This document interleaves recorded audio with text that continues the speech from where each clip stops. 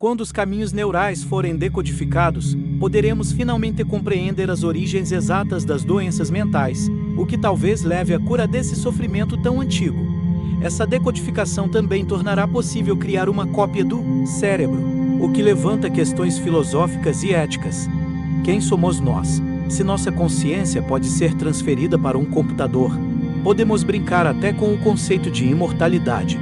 Nosso corpo pode se deteriorar e morrer, mas nossa consciência viverá para sempre? Além disso, talvez um dia, num futuro distante, a mente possa se libertar das restrições corporais e viajar pelas estrelas, como vários cientistas já especularam. Podemos imaginar que, daqui a séculos, talvez seja possível lançar no espaço-raios laser com nossos diagramas neurais completos, talvez a maneira mais conveniente de nossa consciência explorar as estrelas. Surge hoje um cenário científico brilhante, que irá redefinir o destino humano. Estamos entrando na idade de ouro da neurociência. Ao fazer tais previsões, tive a ajuda inestimável de cientistas que amavelmente me permitiram entrevistá-los, divulgar suas ideias em cadeia nacional de rádio, e até levar uma equipe de televisão a seus laboratórios. São esses cientistas que estão ditando as bases para o futuro da mente. Para incorporar suas ideias a este livro, fiz apenas 2 exigências. 1. As previsões devem obedecer rigorosamente às leis da física, e 2. Devem existir protótipos como prova de que as ideias funcionam. Atingido pela doença mental quando escrevi uma biografia de Einstein, intitulada O Cosmo de Einstein, vi-me às voltas com detalhes minuciosos de sua vida privada. Eu sabia que o filho mais novo de Einstein sofria de esquizofrenia, mas não imaginava o enorme peso emocional que isso teve na vida do grande cientista. Einstein foi também afetado de outra maneira pela doença mental. Um de seus colegas mais chegados era o físico Paul Ehrenfest, que o ajudou a criar a teoria da relatividade geral. Após sofrer fases de depressão, Ehrenfest matou tragicamente o próprio filho, portador de síndrome de Down, e se suicidou. Com o passar dos anos, descobri que muitos colegas e amigos sofreram com doenças mentais na família. A doença mental afetou profundamente a minha vida também. Muitos anos atrás, minha mãe morreu após uma longa batalha contra o mal de Alzheimer. Irá de cortar o coração vê-la perder gradualmente a lembrança das pessoas amadas, é olhá-la nos olhos e perceber que ela não sabia quem eu era. Eu vi os resquícios de humanidade se extinguindo lentamente. Ela havia passado a vida inteira lutando para sustentar a família e, em vez de aproveitar a aposentadoria, todas as lembranças que valorizava lhe foram roubadas. À medida que os baby boomers envelhecem, a triste experiência que eu e muitos outros tivemos se repetirá pelo mundo afora. Meu desejo é que o rápido avanço da neurociência possa um dia aliviar o sofrimento dos atingidos pela doença mental e pela demência. O que está conduzindo essa revolução? Os dados provenientes das varreduras cerebrais estão sendo decodificados, e o progresso é impressionante. Várias vezes por ano, vemos manchetes nos jornais anunciando uma nova descoberta. Da invenção do telescópio aeroespacial passaram-se 350 anos, mas faz apenas 15 anos que a IRM e os mapeamentos cerebrais avançados foram introduzidos, permitindo conectarmos ativamente o cérebro ao mundo externo. Por que tão rápido? E quanto ainda está por vir? Parte desse rápido progresso ocorreu porque os físicos de hoje têm um bom conhecimento do eletromagnetismo, que rege os sinais elétricos que percorremos neurônios. As equações matemáticas de James Clerk Maxwell, usadas para calcular a física de antenas, radares, receptores de rádio e torres de micro-ondas, formam os alicerces da tecnologia de IRM. Levou séculos para se desvendar o segredo do eletromagnetismo, mas a neurociência saboreia os frutos dessa grande conquista.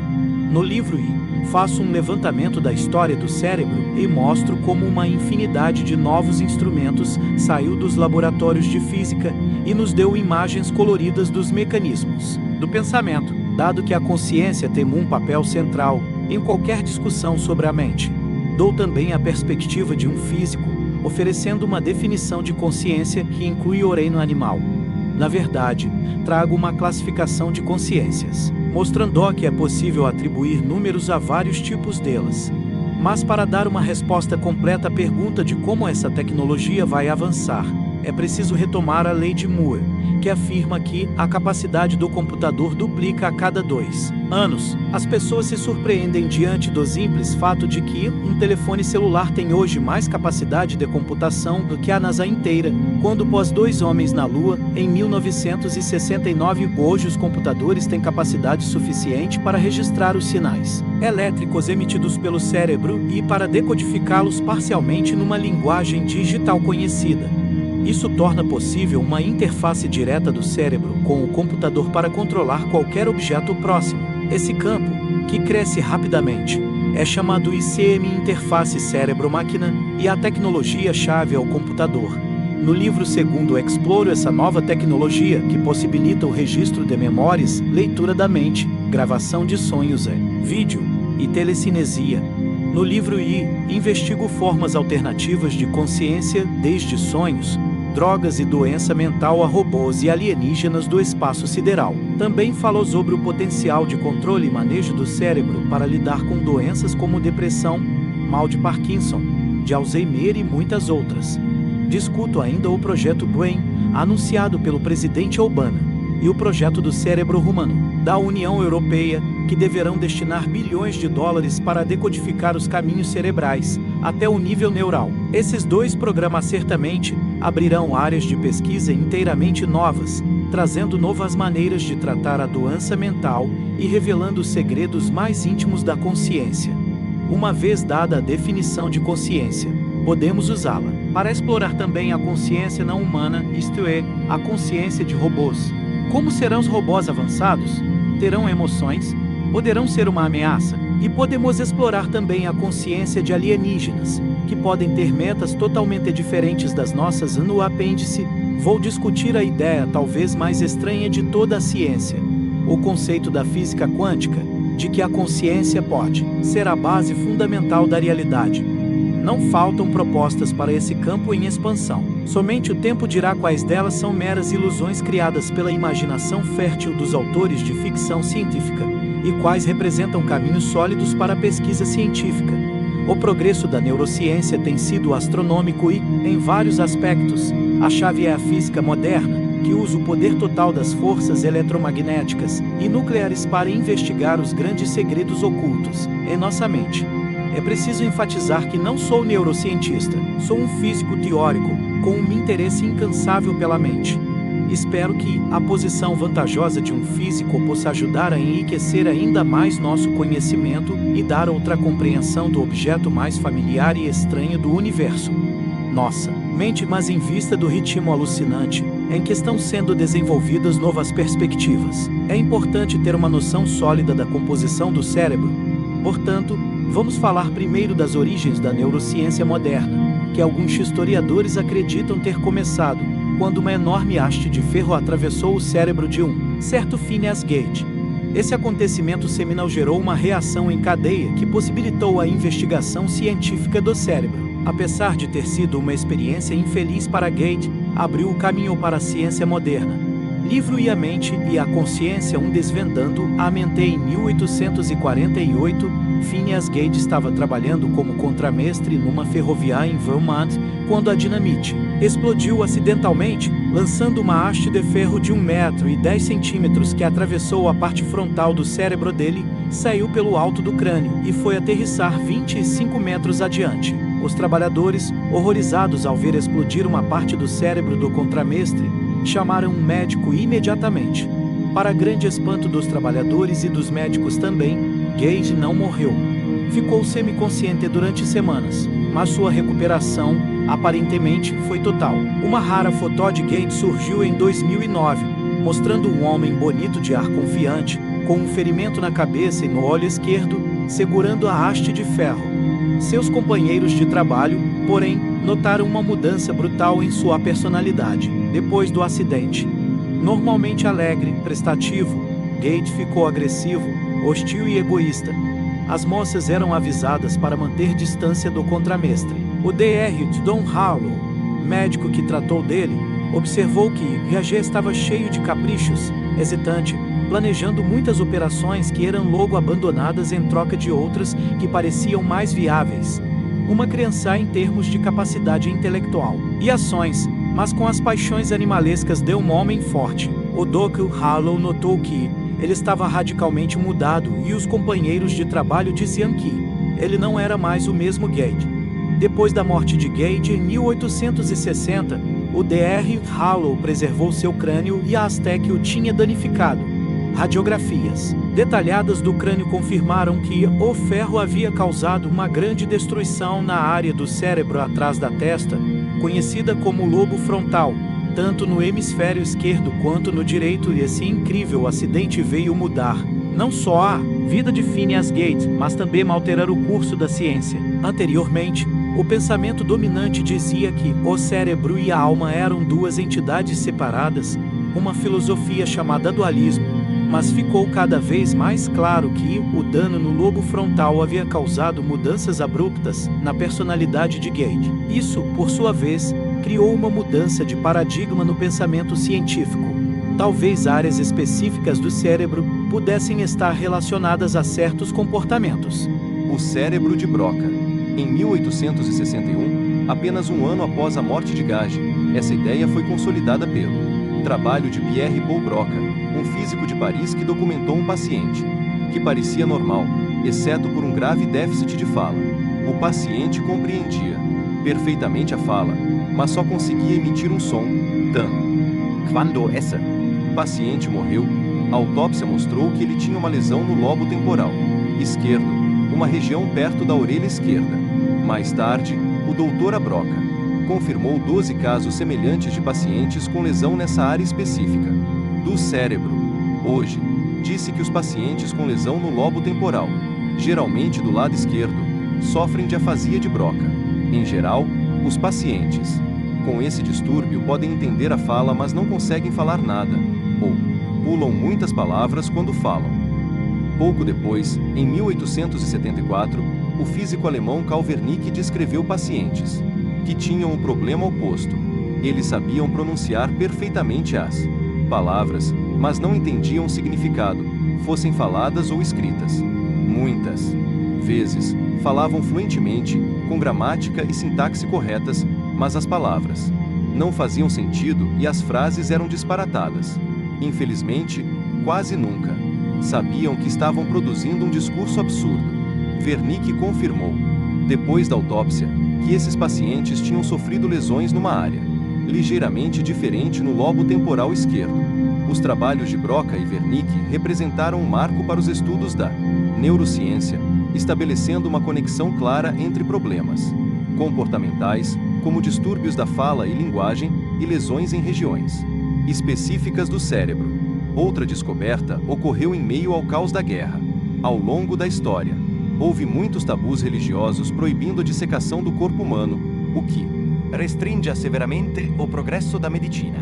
Na guerra, porém, com dezenas de milhares de soldados sangrando e morrendo nos campos de batalha, tornou-se uma missão urgente dos médicos desenvolver qualquer tratamento que funcionasse. Em 1864, durante a Guerra da Prússia com a Dinamarca, o médico alemão Gustav Fritsch tratou de muitos soldados com ferimentos que deixavam o cérebro à mostra e observou que, quando ele tocava no hemisfério cerebral, o lado oposto do corpo estremecia. Mais tarde, Fritsch demonstrou sistematicamente que, quando ele estimulava eletricamente o cérebro, o hemisfério esquerdo controlava o lado direito do corpo e vice-versa. Foi uma descoberta fantástica, demonstrando que o cérebro é de natureza basicamente elétrica e que uma região controla o lado oposto do corpo. Curiosamente, o uso de sondas elétricas no cérebro foi registrado alguns milhares de anos antes, pelos romanos. No ano 43 d.C., há registros de que o médico da corte do imperador Cláudio usava peixes elétricos aplicados diretamente na cabeça de pacientes que sofriam de cefaleia grave. A descoberta de que havia caminhos elétricos ligando o cérebro ao corpo só foi analisada sistematicamente nos anos 1930, quando o Dr. Wilder Penfield começou a trabalhar com pacientes epiléticos, que geralmente sofriam convulsões e ataques, correndo o risco de morrer. Para eles, a última opção era uma cirurgia cerebral, que envolvia abrir partes do crânio, expondo o cérebro. Como o cérebro não tem nervos sensíveis à dor, a pessoa podia ficar consciente durante todo o procedimento, e o Dr. Penfield aplicava apenas uma anestesia local durante a operação. O médico notou que, quando estimulava certas áreas do córtex com um eletrodo, diferentes partes do corpo reagiam.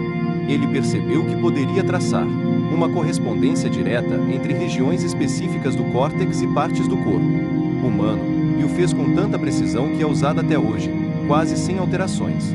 Isso causou um impacto imediato, tanto na comunidade científica como no público em geral. Em um dos diagramas a seguir, pode-se ver qual região cerebral controla basicamente qual função e quão importante é cada função. Por exemplo, como as mãos e a boca são vitais para nossa sobrevivência, uma quantidade considerável de energia cerebral é destinada para controlá-las, ao passo que nossos sensores nas costas mal são registrados. Além disso, Penfield descobriu que ao estimular partes do lobo temporal, os pacientes reativavam lembranças há muito tempo esquecidas, com total clareza. Ele ficou chocado quando, no meio de uma cirurgia cerebral, um paciente falou: "De repente, parecia que eu estava na porta da minha escola secundária. Ouvi minha mãe falando ao telefone, dizendo à minha tia que fosse lá em casa à noite." Penfield viu que estava tocando em memórias enterradas no fundo do cérebro. Quando ele publicou seus resultados, em 1951, foi criada mais uma transformação em nosso entendimento do cérebro: um mapa do cérebro. Nos anos 1950 e 60, foi possível criar um mapa cerebral muito simples, localizando as regiões e identificando as funções de algumas delas. Na figura 2, vemos o neocórtex, que é a camada exterior do cérebro, dividido em 4 lobos. Essa parte é altamente desenvolvida nos humanos. Todos os lobos cerebrais são destinados a processar os sinais de nossos sentidos, exceto o lobo frontal, localizado atrás da testa. O córtex pré-frontal, a parte dianteira do lobo frontal, é onde quase todo o pensamento racional é processado. A informação que você está lendo agora está sendo processada em seu córtex pré-frontal. Uma lesão nessa área pode prejudicar sua capacidade de planejar ou de imaginar o futuro, como no caso de Phineas Gage. Nessa região é avaliada a informação que nossos sentidos enviam e é decidida a ação seguinte. O lobo parietal está localizado no alto do cérebro. O hemisfério direito controla a atenção sensorial e a imagem corporal. O hemisfério esquerdo controla os movimentos hábeis e alguns aspectos da linguagem. Uma lesão nessa área pode causar muitos problemas, tais como a dificuldade de localizar partes do próprio corpo. O lobo occipital se situa na parte mais posterior do cérebro e processa a informação visual enviada pelos olhos. Uma lesão nessa área pode causar cegueira e deficiências visuais. O lobo temporal controla a linguagem, apenas o lado esquerdo, bem como o reconhecimento visual de rostos e certos sentimentos.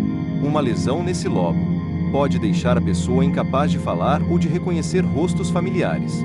O cérebro em desenvolvimento. Quando olhamos os outros órgãos do corpo, como músculos, ossos e pulmões, vemos imediatamente que eles têm uma constituição óbvia, mas a estrutura do cérebro pode parecer um emaranhado caótico. De fato, as tentativas de mapeá-lo foram muitas vezes chamadas de cartografia para tolos. Para dar sentido à estrutura aparentemente aleatória do cérebro, em 1967 o Dr. Paul MacLean, do National Institute of Mental Health, aplicou ao cérebro a teoria da evolução proposta por Charles Darwin. Ele dividiu o cérebro em 3 partes. Desde então, outros estudos acrescentaram muitos detalhes, mas usaremos esse modelo como um princípio básico de organização para explicar a estrutura geral do cérebro. Primeiro, ele observou que as partes central e posterior, contendo o tronco encefálico, o cerebelo e os gânglios basais, são quase idênticas às do cérebro dos répteis. Conhecidas como constituintes do cérebro reptiliano, elas são as estruturas cerebrais mais antigas, governando as funções animais básicas, como equilíbrio, respiração, digestão, batimentos cardíacos e pressão sanguínea. Elas controlam também comportamentos como enfrentamento, caça, acasalamento e territorialidade, necessários para a sobrevivência e reprodução. O cérebro reptiliano remonta a cerca de 500 milhões de anos. À medida que evoluímos de répteis para mamíferos, o cérebro foi se tornando mais complexo, expandindo-se e criando estruturas inteiramente novas. Formu. Se assim o cérebro mamífero, ou sistema límbico, localizado perto do centro. Do cerebro rodeando partes do reptiliano. O sistema límbico é proeminente em animais que vivem em grupos sociais, como os macacos. Também possui estruturas relacionadas com as emoções, como a dinâmica dos grupos sociais. Pode ser muito complexa.